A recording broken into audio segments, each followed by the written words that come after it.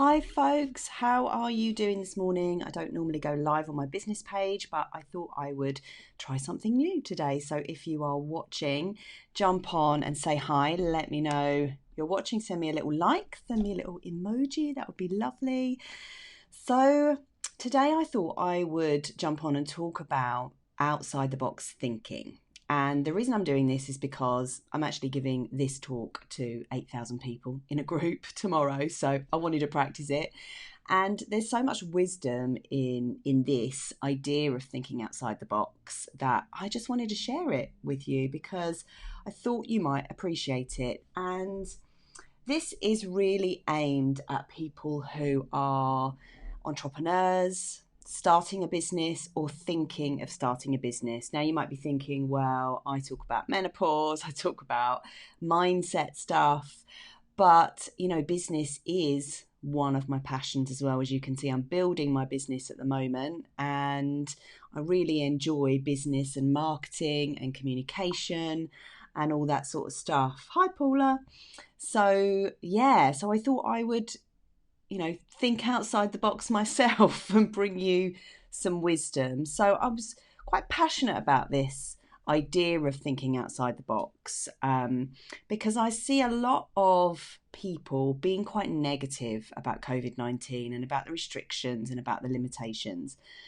And I know some people have got it really bad. And I know some people, the rug's been pulled from under us. Especially, I remember that first week, I was like, whoa, what am I going to do? I literally have had to just course correct straight away. And it's a shock to the system. But it doesn't have to be negative. There are things that we can do. And it's people who act quickly in this time their businesses are the ones that are going to be saved.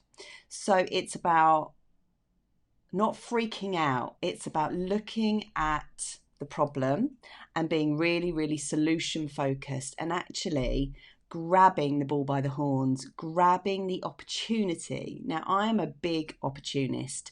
And those of you that read my post beginning of the week or Sunday, I think it was, I've been accused of that being a nasty thing. And actually, it's not a nasty thing. Being an opportunist is a positive thing. It's a strength. It's not a weakness. So I encourage you, if you are thinking about starting a business or have been sort of waiting in the wings for the right moment, now is the right moment, because one of the most searched for things right now are anything that you can buy online, basically. So whether it's a product or an educational product or something that you can buy online, you're winning. And you can learn how to do it. There are lots of YouTube tutorials to teach you how to do Facebook ads or to teach you how to set up your online business. I think the thing that holds most people back is fear. So, quick introduction then. Definition. What is outside the box thinking? Sorry, hang on. I'm just going to see who's watching, because I like to know. Right. Is it still going? Are we still going? Yes, we are. All right. Definition of outside the box thinking. It means fresh thinking, inventive thinking, unconventional ideas, innovation, to think imaginatively using new ideas instead of traditional or expected ideas. So the idea with outside the box thinking is you turn left when everyone else is turning right. So when everyone else is being politically correct, you're the one that sticks your neck out and risks being unpolitically correct or saying something a little bit shocking or disrupting the status quo, and then following it up with an explanation of why you're doing that. Now, I like to think about rebels when I think about this idea of disruption or going left when everyone else is going right. So look at artists. Artists tend to be very rebellious, with a very rebellious message. I don't know if you can see behind me, there's my new piece of artwork. Rebels Get Results by Rebecca Stricken, I think her name is. She's a really rebellious artist. But rebels do things differently. And there are some brilliant, famous rebels that I get a lot of inspiration from, like Lady Gaga. Madonna was a huge rebel in her time. People like Martin Luther King, Greta Thunberg, and bless him, absolutely adore Captain Tom Moore. What a rebel he is. So rebels have certain qualities about them which are really, really useful to ponder. And these qualities, I think if we can feel into these qualities and perhaps imbue some of our existence with these qualities, then I think it enables us to be outside the box thinkers and doers as well. So, for example, rebels have independent thinking. They're fearless. They're outspoken. They don't mind sticking their necks out. They really want to leave a legacy. They're very mission driven. They eat, sleep and breathe what they love and what they do. That's why artists tend to be rebels, because they eat, sleep and breathe it. They tend to be confident outwardly and hopefully inwardly as well. They tend to communicate and over communicate, especially in times of crisis. And that's the sign of a true leader, somebody that communicates or over communicates in times of crisis with a very reassuring tone. Churchill, love him or hate him, he was a really good leader. They are able to make difficult decisions. They inspire other people. They get out there, they're very visible. And they're not afraid to trust other people as well. They're trusting. They trust other people with tasks, with perhaps delegating jobs and things like that. And the one quality I think outside the box thinkers have is that they're responsive. And this is what I was saying at the very beginning. They think fast. They improvise, adapt, and overcome. And this is a military expression which I absolutely love and has enabled me to really do a sharp swerve towards a different direction. So I've got 4 outside the box ideas for staying afloat during COVID-19 if you are thinking of starting a business or building your business or getting on with some kind of side hustle that you might want. So if you already have a client base, it's really, really important at this time to stay in touch with your customers, okay? And I know that a lot of businesses are going to fail because they haven't done this. When it's time to open the doors again, those customers are going to have gone somewhere else, because you have to show that you care about your clients and your customers. And you genuinely have to care about them. And it shows when you keep in touch with your customers or your clients. So this is really important. I know for me, there's a couple or 2 or 3 beauty salons that I visit, and one of them has made an effort to keep in touch with me and the others haven't. And the others that I was supposed to be going to have, the others I was supposed to be going to for my wedding, and they haven't even checked in with me to see how I'm feeling, just to offer their condolences or anything like that. So it's so important. And I know which business I'm going to go to after lockdown, the one that's made an effort to stay in touch with me. So this really comes down to natural human psychology. We all have a need to feel like we belong. We all have a need to feel connected to a tribe, to a gang, to a family.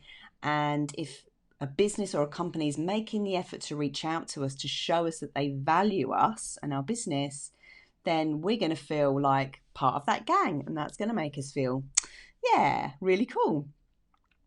So ways in which you can do this. Obviously, you can email them.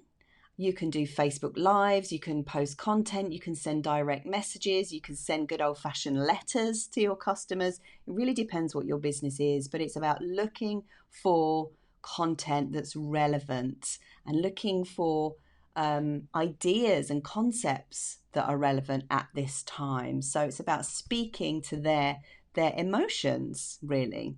I love the Sweaty Betty marketing. I'm a big fan of Sweaty Betty. All my clothes are Sweaty Betty.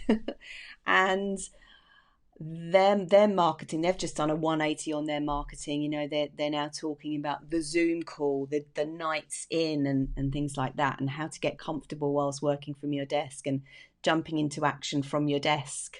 So they've really shifted their marketing message to whatever the zeitgeist is right now. So yeah, and also if there's any sort of freebie that you can offer your customers or your clients just to get them back on. Maybe you haven't kept in touch with them and maybe you want a way of trying to get back in touch with them.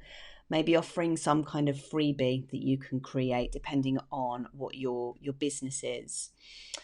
The other thing is getting your clients to purchase gift vouchers from you. And I know this is something that I've done with a couple of businesses that I love and support. I've bought in anticipation of them opening again, and I will only do that with businesses who I genuinely feel care about me. So yeah, it's outside the box thinking.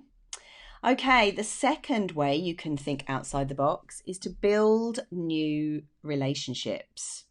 So it's taking the time to do this, to actually connect with people, have genuine, real conversations with people, your ideal client, getting in their inbox and asking how they are, sending them a little video, or just staying in touch with people. And now is a really good time to do some Facebook advertising if you do have a business, because Facebook adverts are really, really cheap at the moment. So spending a bit of time learning how to do Facebook ads, it will be a great use of your time right now. I know I've got a Facebook ad running at the moment attached to a lead magnet. So it's drawing people in. A little freebie that I've created called How to Create Phenomenal Self-Esteem. You may or may not have it. If you haven't, go grab it or ask me for it and I'll send you the link. People then sign up and then I keep in touch with them over the long haul. So I think I'm paying about 50 cents per lead, and that's really good. Before lockdown, I was paying about 75 cents a lead. So it's really good.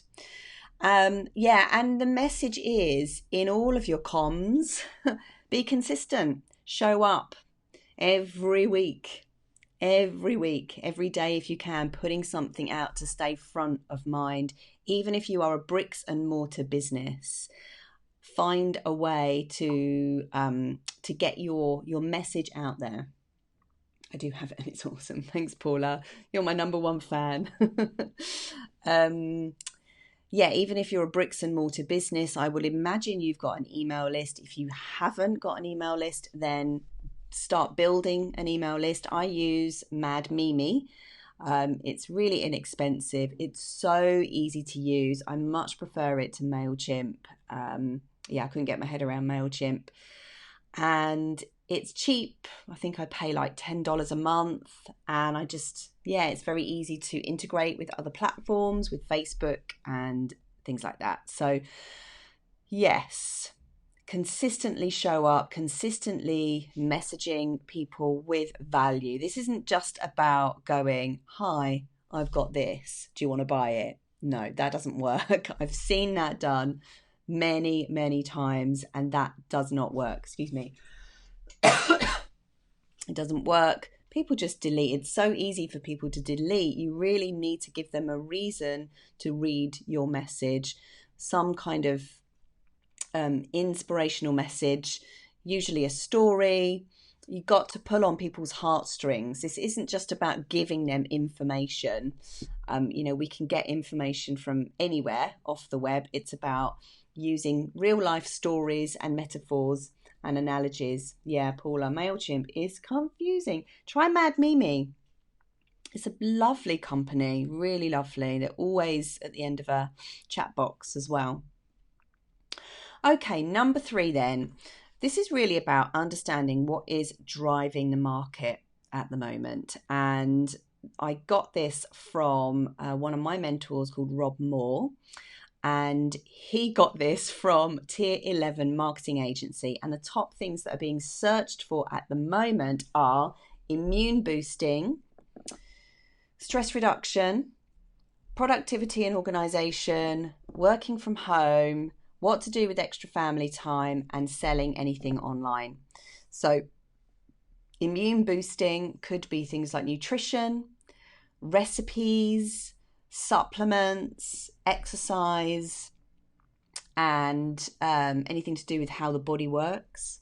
Stress reducing could be, for me, hypnosis recording or a meditation or breathing exercises. I think Wim Hof his business is going off the charts right now. Yoga, energy alignment, chakra balancing, dowsing, anything that's going to help stress reduction. Hi, TJ. Productivity and organization. So creating anything that's going to help people with their productivity. So productivity hacks. And how to be more organized. So time management, maybe clutter clearing or filing systems or anything like that. Any kind of app like Asana, any sort of organizational app is going to be well searched for right now. So if you've got anything, if you're an expert in organizing, TJ, hint, hint, then that could be something you could put together for people. And also working from home. So how to work from home, so how to prioritize your day, how to get into the mindset of working from home, how to take breaks, how to set boundaries with your kids, things like that. And then entertainment, family entertainment. So things like quizzes, games, I'm not very good at that sort of stuff because I don't have kids and I don't live with my mum and dad. So there's just me and my partner and we're quite easy to entertain. But yeah, that's a highly searched for thing, like how to entertain my family. And selling anything online. I mean, look at Zoom. So any kind of online app or online communication thing, platform, anything online, you're onto a winner right now. So number 4 is to think about creating a service or a product based on what you know, but see if you can weave it into one of those highly searched for areas at the moment. And I'm sure loads of the people watching will have skills, even if it's like how to clean your house, how to make healthy cleaning products, how to clear out your fridge, how to defrost your freezer. There will be something that you know that nobody else knows how to do, or nobody does it quite as good as you. You can package it up and sell it online. I don't know how many people there are in the world, but there are billions of people in the world scratching around looking for things to do. So your market probably does exist. It's about talking their language and it's about creating something with them in mind and then talking to those benefits. So what do I want to say on that? Oh yeah, learning how to create an online course. That was my next step.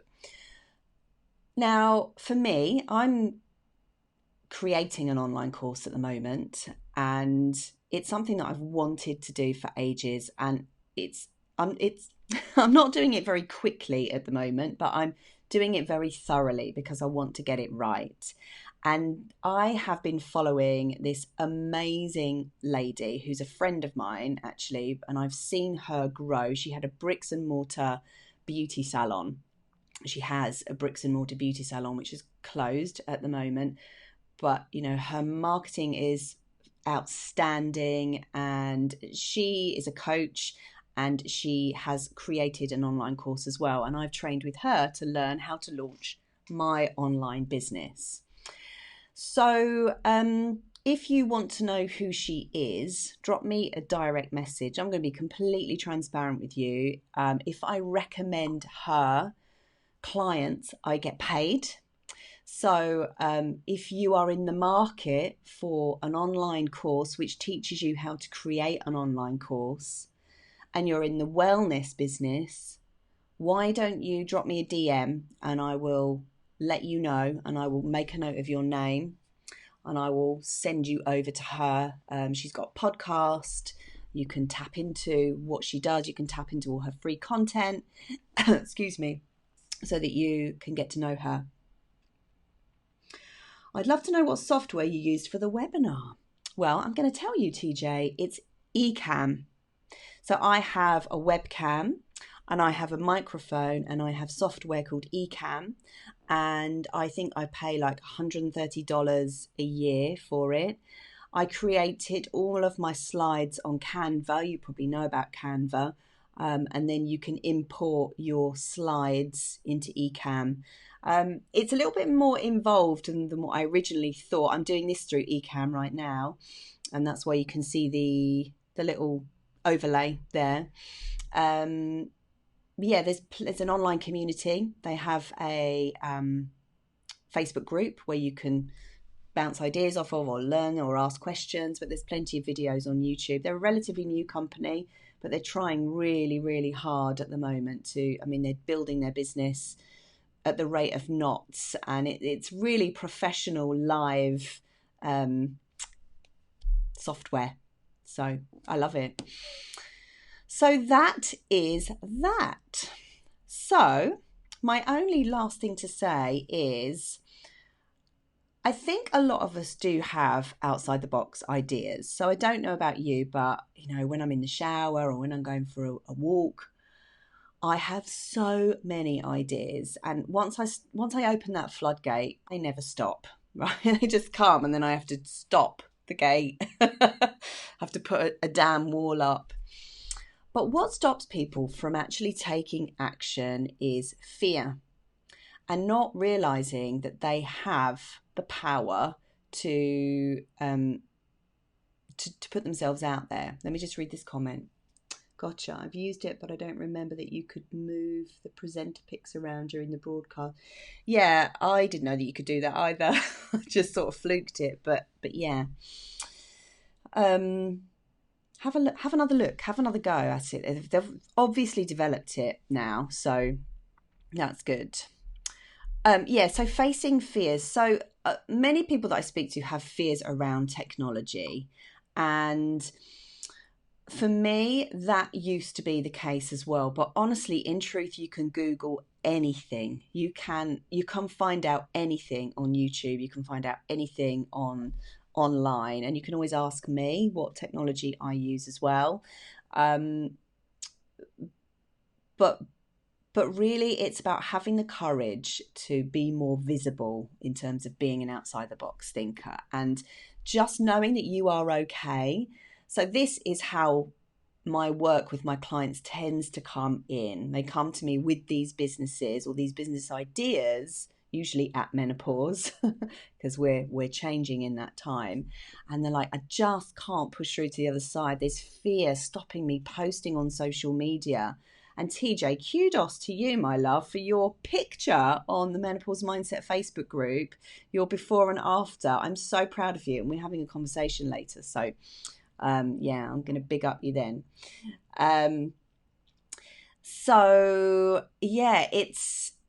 It's about being brave and courageous, like Captain Tom Moore. He's my absolute inspiration at the moment, and clearing all those blocks.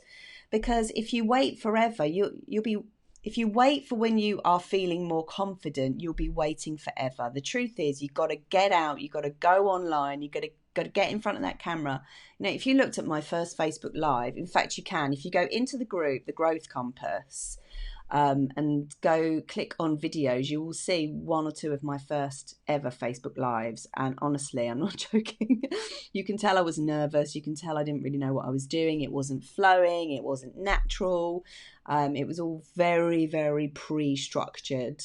And so it just takes practice, but you've got to get over that initial fear of stepping into the eyes of everybody.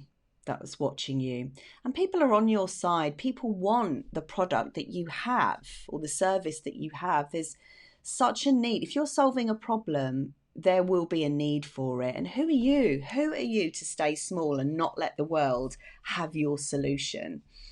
You know, I really do believe that we have gifts and talents, and we know we do. We feel that calling, and that call just rings louder and louder and louder until you answer the call.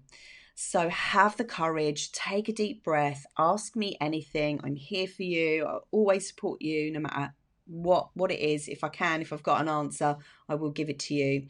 So be an outside the box thinker, be a rebel, be courageous, improvise, adapt, overcome, create something, communicate with your clients, your customers, treat them with respect, build new relationships, and have a wonderful rest of the day. All right, lovelies. See you later. Bye.